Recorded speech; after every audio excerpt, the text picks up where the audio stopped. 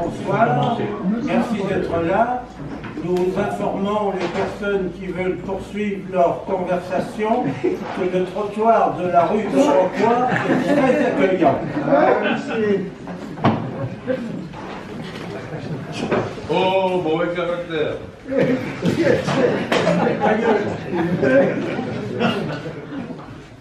La dame d'11 heures. Bon. À la fin des années 50, le passage des sciences à l'art est terminé, sans qu'un intérêt teinté de poésie ne cesse de se manifester pour les premières. Qu'en est-il d'ailleurs de cette fascination pour ce qui se nommait alors les sciences naturelles? Dénomination bien impropre, car ces sciences me semblent aujourd'hui ne devoir à la nature que leur sujet. Il aurait été préférable de les nommer sciences de la nature, et si nous en croyons Delacroix, celle-ci n'étant qu'une idée, me voilà bien embarrassé de vous dire à quoi je me suis si fortement intéressé de l'enfance à l'adolescence. À moins que je ne vous suggère que je ne suis pas devenu artiste en 1946, mais que je le fus depuis 1933, date de ma rencontre avec Mireille, qui me donna alors ce goût qui perdure encore aujourd'hui. Elle me fit accéder à un monde où la fleur que nous avions admirée au cours d'une promenade était nommée vernaculairement Dame d'11 heures. Et comme elle me l'apprit ultérieurement, Ornithogallo monbellatum par les botanistes. Voyez, comme nous sommes loin de ce qu'écrivait en 1975 un jeune et stupide assistant dans une présentation de mon exposition La plage, travaux cinématographiques et vidéographiques au CNAC dirigé alors par Blaise Gauthier, qui fut, lui, un grand amateur de poésie. L'assistant me donnait, comme ayant reçu, une solide formation scientifique. Et alors, me direz-vous? Alors? C'est ainsi que l'on désamorce la proposition d'un artiste. Il remplaçait dans les sciences ce que, sans le critiquer d'ailleurs, j'en avais extrait pour vous le proposer en l'éclairant d'une autre manière. Ah, ils n'ont pas aimé cette manière consistant à réunir ce que nous n'aurions jamais dû séparer.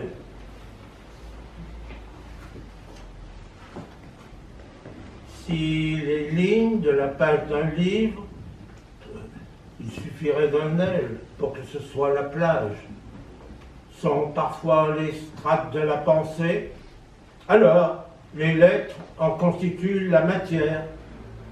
C'est ce genre de considération mêlées aux souvenirs des petites filles qui traversèrent mon enfance, qui me rapprochèrent d'Alice et de ses aventures. Celle-ci allait pendant de nombreuses années me fournir les sujets, jalonnements, d'un parcours que je n'hésiterai pas à qualifier d'alicien.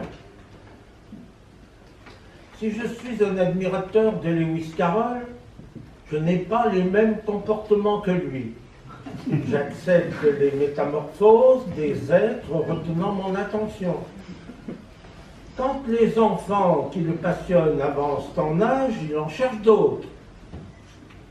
Alors que j'accepte volontiers que les petites filles deviennent grandes. Oh, tout cela prendra du temps, mais je ne suis pas pressé. Alice, après être tombée dans un trou, traversa le miroir. Je la rejoignis juste avant, quand elle essaye de lire l'inscription inversée. Ce fut le temps où, cherchant un objet provenant de ce monde, je découvris que les caractères d'imprimerie en étaient un bel exemple. Ce fut aussi celui où fusionna ce qui venait de l'enfance et les interrogations du moment. D'où venait Alice? À la fin des années 50, pour moi, elle venait du domaine de l'image, des photographies et des dessins de Lewis Carroll, ceux-là même que Téniel avait massacrés en les mettant au bout du jour pour illustrer la première édition de ses aventures, de la petite fille du livre, qui devint mes sources. Les caractères d'imprimerie m'occupèrent plus de 10 ans. Ils furent les matériaux de mes assemblages, qu'ils soient bi- ou tridimensionnels. Des cristallisations verbales de la fin des années 50 à la Victoire ou le bateau solaire, ils ne furent plus générateurs de mots, mais de formes que je pensais pouvoir plaire à Alice, les rencontrant lors de son périple Through the Looking Glass. Alice étant une image et un personnage un peu retenu entre les pages d'un livre, me vint le goût de retrouver les petites filles d'antan à travers celles que je croisais aujourd'hui. Enfin, l'aujourd'hui de 1970. Ce furent les deux filles de l'artiste Françoise Janicot et du poète Bernard Hetzig. Ce fut aussi le début des critiques et des réflexions déplaisantes. Suis-je responsable si les enfants sont parfois exhibitionnistes pour peu qu'on leur accorde la liberté de l'être? Oui, je sais, les enfants ne savent pas ce qu'ils font, mais c'est un raisonnement d'adulte. Ils savent très bien ce qu'ils veulent, et surtout ce qu'ils ne veulent pas. Les petites filles n'avaient pas grand-chose à voir avec celles de la comtesse de Ségur. Elles grandirent, et je fus ravi de les retrouver nubiles, adolescentes, puis adultes. Elles continuèrent de me plaire, et ce fut du toucher de la lettre à celui du modèle en 1983, l'entrée de l'haptique dans un espace généralement réservé à l'optique. Ma recherche continuait de se situer sur les marges, celle de l'art, bien sûr, et aussi sur celle de ce qui ne se fait pas. Tout cela dans un climat de liberté dont nous avons un peu perdu l'habitude. Car c'était bien la liberté qui était offerte aux participants de l'aventure, celle de dire oui ou non, de ne plus être à la disposition, mais d'être les complices de ce qui serait montré au public, d'où ces œuvres, où les mains se mêlent et les intentions se rencontrent et se complètent. La critique renacla. Les lettres ne composaient plus des mots. Les modèles étaient libres de l'être ou pas.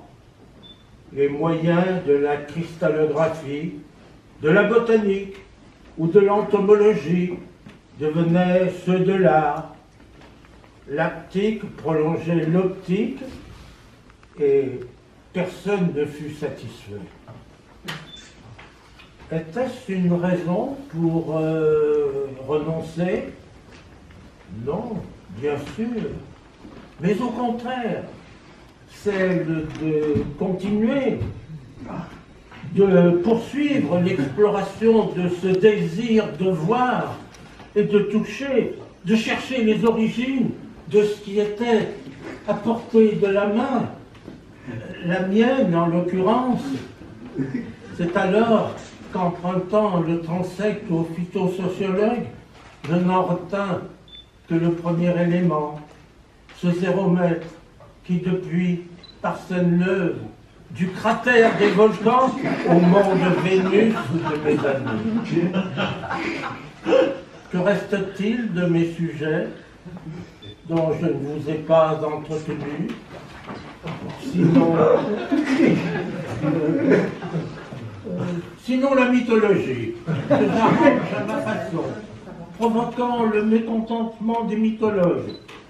C'est en 1960 que je dessinais la naissance de Vénus, et en 1963 que j'installais la grande déesse sur la terrasse de la résidence d'été de Léonard Fini. Depuis, je me suis aventuré avec de grandes précautions dans le voisinage d'Artémis et de ses nymphes, sans toujours préciser desquelles il s'agissait. Redoutant d'être victime de sa colère, je ne cherche jamais à la surprendre, me contentant de m'enquérir de ce qu'elle a envie de faire. Jamais ne me viendrait l'idée de la surprendre au bal.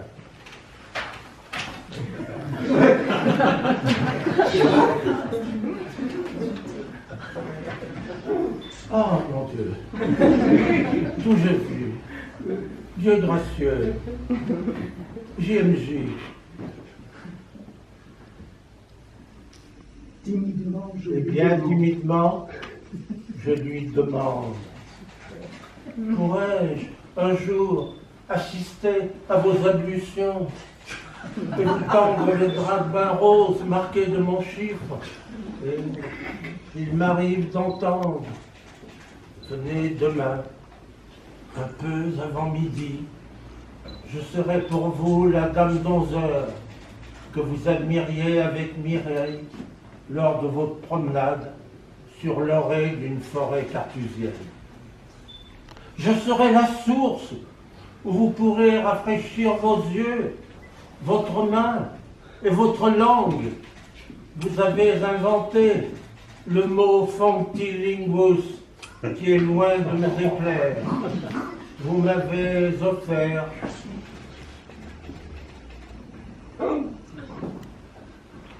la petite robe camouflage pour que je puisse échapper au regard des malotrus.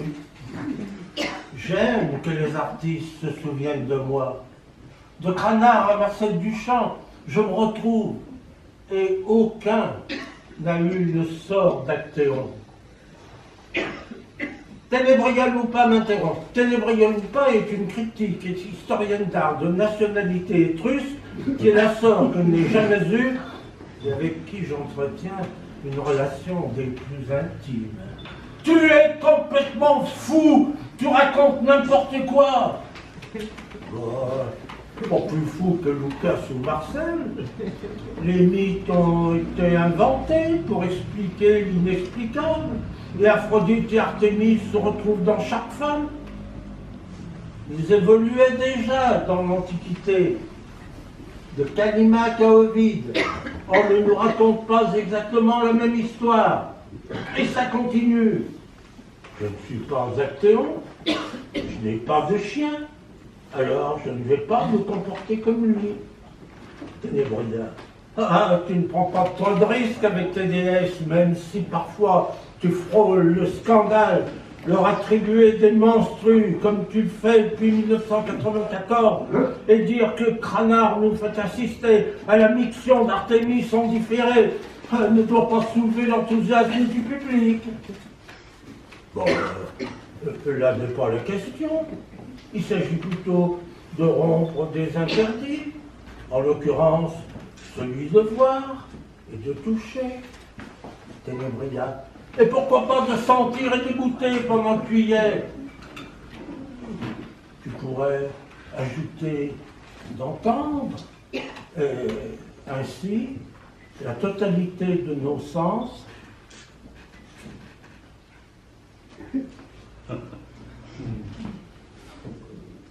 serait sollicitée. Finalement, qu'est-ce que te proposait ton Artémis?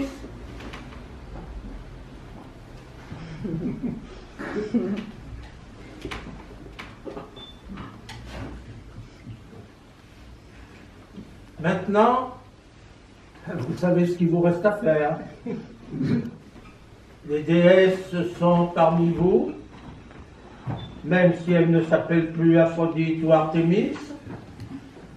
Elles vous accorderont leur grâce pour peu que, les croisant, vous souleviez votre chapeau, si vous en portez un.